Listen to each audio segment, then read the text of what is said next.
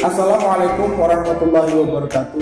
Halo anak-anakku semua, siswa kelas 6 yang Pak Guru banggakan. Nah, selamat Pak Guru ucapkan buat kalian semua yang sudah naik ke kelas 6. Tentunya kelas baru, semangat baru, dan jangan lupa tanggung jawab baru. Kalian harus menjadi contoh untuk adik-adik kalian baik di rumah maupun di sekolah.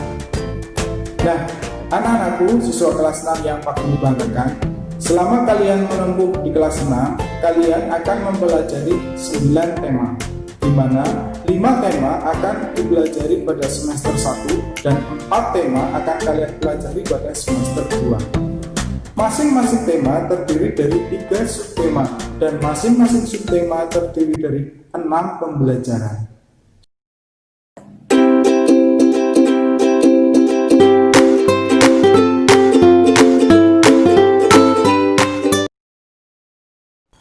Nah, anak-anakku semua, amati gambar berikut ini. Tahukah kalian bahwa hewan dan manusia memperoleh manfaat dari tumbuhan?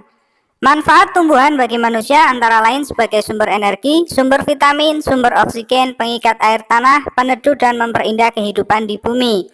Manfaat tumbuhan bagi hewan yaitu sebagai sumber energi bagi hewan. Tumbuhan merupakan sumber bagi kehidupan manusia dan hewan. Tumbuhan adalah produsen penghasil cadangan makanan dan sumber oksigen untuk bernapas dan melindungi bumi dari sengatan sinar matahari.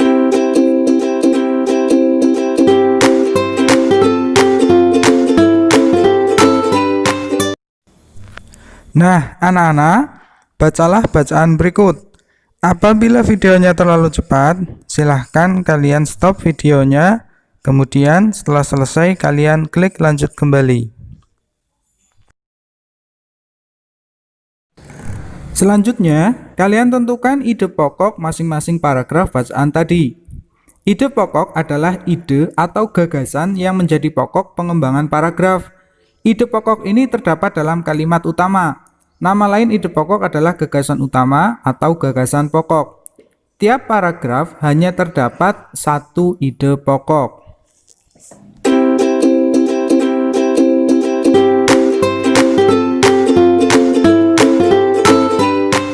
Bagian-bagian bunga terdiri dari mahkota, kepala sari, tangkai sari, benang sari, kepala putik, tangkai putik, kelopak, bakal biji, dasar bunga, dan tangkai bunga.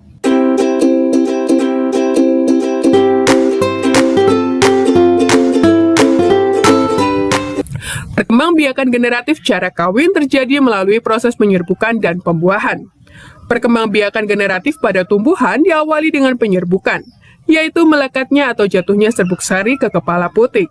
Setelah terjadi penyerbukan, pada serbuk sari tumbuh bulu serbuk sari yang menuju ke ruang bakal biji.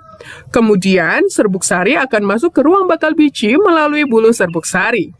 Di dalam ruang bakal biji terjadi pembuahan, yaitu peleburan serbuk sari sel kelamin jantan dengan kepala putik sel kelamin betina. Hasil dari pembuahan ini dinamakan zigot.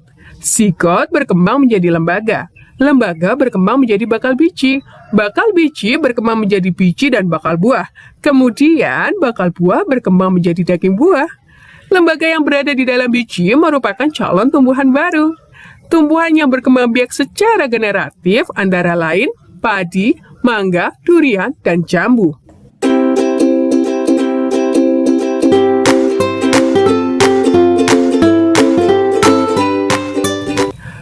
Bunga sepatu termasuk perkembangbiakan secara generatif.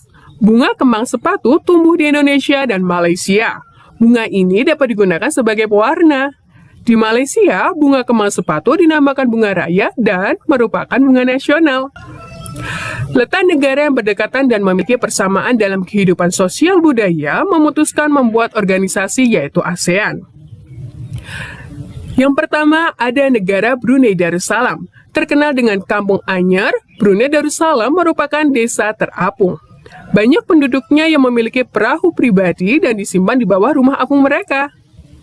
Selanjutnya ada patung Dewa Murungga. Tepat sekali, patung Dewa Murungga ini berada di negara Malaysia. Patung ini terletak di Batu Cave yang merupakan salah satu kuil Hindu di luar India yang paling populer. Malaysia memiliki kota yang bernama Georgetown, yaitu kota yang terdaftar dalam UNESCO World Heritage. Makanan khas dari negara Malaysia adalah nasi lemak. Selanjutnya adalah negara Filipina. Budaya Filipina merupakan hasil perpaduan antara budaya Barat dan Timur. Kehidupan budayanya dipengaruhi oleh budaya Melayu, Cina, dan Spanyol. Filipina terkenal dengan tarian tinikling, di mana tarian tersebut menceritakan tentang burung tinikling yang berjalan melompat menghindari perangkap bambu petani padi. Selanjutnya ada negara Kamboja. Banyak candi di Kamboja terbuat dari batu. Dewa-dewa dari agama Hindu dan Buddha terukir pada tembok. Tari Apsara lahir pada 2000 tahun lalu. Relief tarian banyak ditemukan di bangunan-bangunan keagamaan di negara Kamboja. Selanjutnya ada Myanmar, disebut sebagai negara 1000 pagoda. Hal ini disebabkan karena sangat mudah menemukan kuil-kuil suci Buddha, dan pakaian tradisional Myanmar ini disebut dengan longye, yang mirip sekali dengan sarung Indonesia. Selanjutnya ada negara Vietnam. Permainan menangkap jangkrik dengan mata tertutup adalah permainan tradisional anak Vietnam. Vietnam terkenal dengan baju khasnya yang bernama Ao Dai.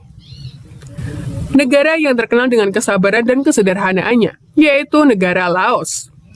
Laos berhubungan dengan penemunya, yaitu Ai Lao. Upacara sakral pemberian sedekah atau dikenal Saibat merupakan upacara tradisional di negara Laos.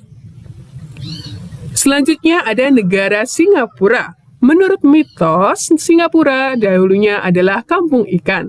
Kampung ini bernama Temasek yang berasal dari bahasa Jawa yang artinya lautan. Merlion adalah patung berkepala singa dan berbadan ikan. Negara Thailand adalah satu-satunya negara di ASEAN yang tidak pernah dijajah oleh bangsa Eropa. Thailand dalam bahasa Thai adalah Pertit Thai, yang artinya tanah kebebasan. Nah, anak-anakku semua, pembelajaran kelas 6 tema 1 subtema 1 pembelajaran pertama telah selesai. Semoga bermanfaat buat anak-anakku semua. Jangan lupa tetap belajar, jaga kesehatan, dan semangat. Assalamualaikum warahmatullahi wabarakatuh.